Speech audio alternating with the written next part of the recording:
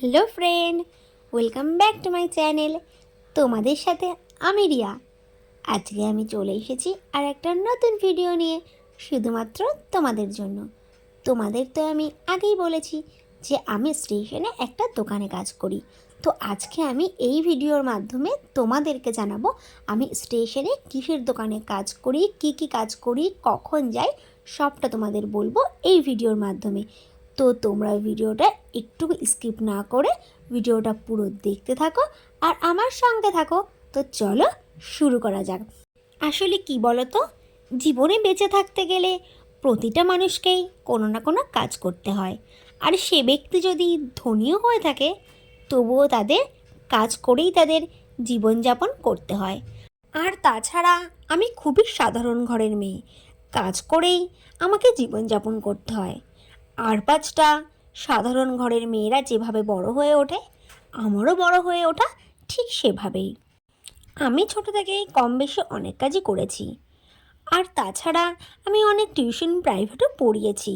দোকানের কাজ আমি নিয়েছি তখন এইচএস দেওয়ার পর। এইচএস দিয়েই আমি কাজের সঙ্গে যুক্ত হই। তো জীবনে চলতে গেলে তো নিজেকে কিছু উপার্জন করতেই হবে। তার জন্য আমি এই দোকানে কাজ নিয়েছিলাম। এই দোকানে আমি কাজ করছি অনেক বছর হয়ে গেছে। সেই 2018 সালে আমি এই দোকানে কাজে ঢুকেছিলাম।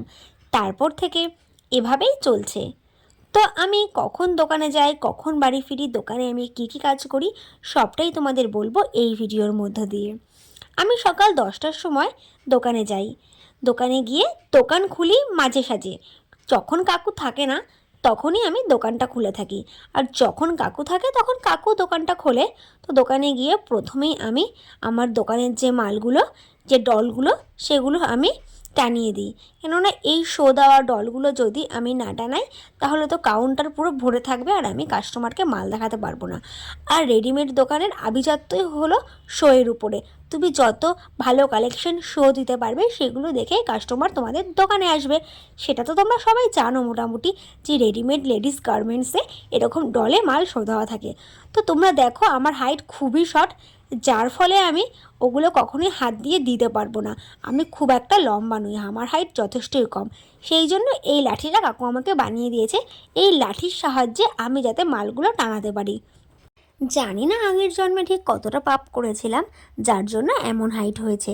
এতটা কম হাইট যেন কারো কখনো না হয়, তাহলে কোথাও কাজে গেলে খুবই অসুবিধা হয়। অন্য অন্য জায়গায় কাজে গেলে তো আগে হাইট দেখা হয়, যে তোমার হাইট যদি ভালো হয় তাহলে তোমাকে কাজে রাখবে, না হলে তোমাকে কাজে রাখবে না। আমাদের দোকানে সেরকম কোনো ব্যাপার ছিল না, কাকু আমার হাইট নিয়ে কখনোই সেইভাবে কিছু বলেনি, আমাকে কাজে নিয়ে নিয়েছিল। আর আমার হাইট কম হতে পারে, তবে আমি লাঠির সাহায্যে যথেষ্ট সঠিকভাবে মালগুলো টানিয়ে থাকি। যারা হাত দিয়ে টানায় তাদের থেকে আগেই টানাতে পারবো, এটা আমি যথেষ্ট কনফিডেন্স সহকারে বলতে পারি। কেননা আমার লাঠি দিয়ে মালগুলো টানাতে টানাতে খুবই অভ্যেস হয়ে গেছে। এখন আমি লাঠির সহায়তা করে মালগুলো খুব সহজে টানিয়ে দিই। সেটা তো তোমরা ভিডিওতে দেখতেই পেলে যে আমি কি ফার্স্ট মালগুলো টানিয়ে দিলাম। এরপর মালগুলো টানিয়ে আমি চলে আসলাম দোকানের পুরো ভেতরে। কেননা দোকানের ভেতরেও যথেষ্ট কাজ আছে, শুধু ডলগুলো শো দিলেই হবে না, দোকানের ভেতরেও তো অনেক কাজ থাকে বলো। তার জন্য চলে আসলাম দোকানের ভেতরে। এসেই প্রথমে আমি কাউন্টারটা একটু মুছে নিলাম। দেখো ওখানে কাউন্টারের উপরে কতগুলো কৌটো রাখা আছে, তোমরা নিশ্চয়ই খেয়াল করে দেখেছো। যখন আমি কাউন্টার মুছছিলাম পাশেই কতগুলো কৌটো রাখা আছে, আর তার সামনেই রাখা আছে একটা দাঁড়িপাল্লা। ওই দাঁড়িপাল্লাতে কী মাপা হয় তোমরা এটাই ভাবছো তো, যে রেডিমেডের দোকান, জামা কাপড়ের দোকান, কিন্তু এখানে দাঁড়িপাল্লা কেন? এটা শুধু তোমরা নয়, এটা অনেকেই ভাবে। যখন কাস্টমাররা আমাদের দোকানে মাল কিনতে আসে, তখন খুব আগ্রহের সাথে আমাকে জিজ্ঞাসা করে যে দিদি তোমরা এই দাঁড়িপাল্লাতে কী মাপো? তখন আমি তাদের বলি এই দাঁড়িপাল্লাতে চা মাপা হয়। তাই তোমাদেরও বললাম, এই দাঁড়িপাল্লাতে চা পাতা আমরা মেপে থাকি। আসলে এই দোকানটা আগে চা পাতার দোকান ছিল, তারপরে কাকু এটাকে রেডিমেডের দোকান বানিয়েছে। আর যেহেতু চায়ের কাস্টমারগুলো ছিল, তার জন্য কাকু আর চায়ের কাস্টমারগুলোকে ছাড়েনি। সেই চায়ের কাস্টমারকে চা পাতা ডেলিভারি দেওয়ার জন্য চাগুলোকে সাইডে রেখে দিয়েছে। তাই দোকানে গিয়ে প্রথমেই আমাদের কাজ হলো কাউন্টারটাকে মুছে নেওয়া। যেহেতু সারাদিন চা পাতা দেওয়া হয়, রেডিমেড বিক্রি করা হয়, তো সারাদিনের একটা ধুলোবালি পড়েই থাকে।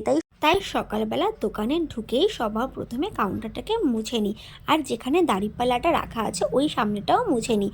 তাছাড়া চায়ের কৌটোগুলোকেও ন্যাকড়া দিয়ে একটু মুছে নেওয়া হয়, কেননা যেহেতু ধুলোবাড়ি পড়ে থাকে, না মুছে নিলে খুব ধুলোয় চিটচিট করে। আর যেহেতু দোকানটা রেল স্টেশনের পাশে একদম প্ল্যাটফর্মের সঙ্গে, যার কারণে ধুলোবালিটা একটু বেশিই পড়ে। আর আমাদের এই গলির ভেতর থেকে ভীষণ লোকই যাতায়াত করে থাকে, যার কারণে একটু ধুলোবালি বেশি দেখা যায়। আর কাউন্টার ভালো করে না মুছলে কেমন যেন ধুলোয় চিটচিট করে।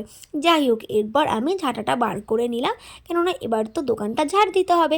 বাসি দোকান ঝাড় না দিলে চলবে? আর দোকানে এসে সবার প্রথমেই আমার কাজ এগুলো। দোকানে ঢুকেই আমি মালফাল টানিয়ে তারপরে আমি চলে যাই কাউন্টারটা মুছতে। আমি দাঁড়িপাল্লার সামনেটা মুছে নিই, আমি কম্পিউটারটা একটু মুছে নিই। যেহেতু আমাদের সিসি ক্যামেরা লাগানো আছে, তার জন্য কম্পিউটারটা সামনেই রাখা আছে, তোমরা তো সেটা দেখতেই পেয়েছো। আমি এগুলো মুছে নিয়ে তারপরে আমি ঠাকুরের থালা বাসনটা বার করে নিই, কেননা আমি ঝাঁটা ধরার পর ঠাকুরের থালা বাসনটা ধরবো না বলে আমি আগেই ঠাকুরের থালা বাসনটা বার করে কাউন্টারের উপরে রেখে দিই। তারপর আমি ঝাঁটাটা নিয়ে নিই। ঝাঁটাটা নিয়ে আমি দোকানটা ভালো করে ঝাড় দিয়ে নিই। আর দোকানটা ঝাড় দেওয়ার পর বোতলটা নিয়ে নিই দুয়ারে জল দেওয়ার জন্য। একটা বোতল আমরা আলাদা করেই রেখে দিয়েছি, ওই বোতলে আমরা এক বোতল জল ভরে রাখি। আর সেই বোতলটা নিয়ে আমি দুয়ারে একটু ভালো করে জল ছিটিয়ে দিই। জল ছিটিয়ে দেওয়ার পর আমি ঠাকুরের থালা বাসনটা নিয়ে চলে যাই কলে। আমাদের গলির পাশেই একটা কল আছে, ওই কলটাই সবাই ব্যবহার করে থাকে। শুধু আমরা নয়, আমাদের রেলবাজারের গলির ভেতরে যত দোকানদাররা আছে তারা সবাই ওই কলটাই ব্যবহার করে। তারপর আমি কলে চলে যাই। কলে গিয়ে আমি ঠাকুরের থালা বাসনগুলো ভালো করে ধুয়ে নিয়ে চলে আসি, কেননা আমার সবার প্রথম কাজ হলো কাউন্টার মোছা, ঝাড় দেওয়া, তারপরে ঠাকুরকে পুজো দেওয়া।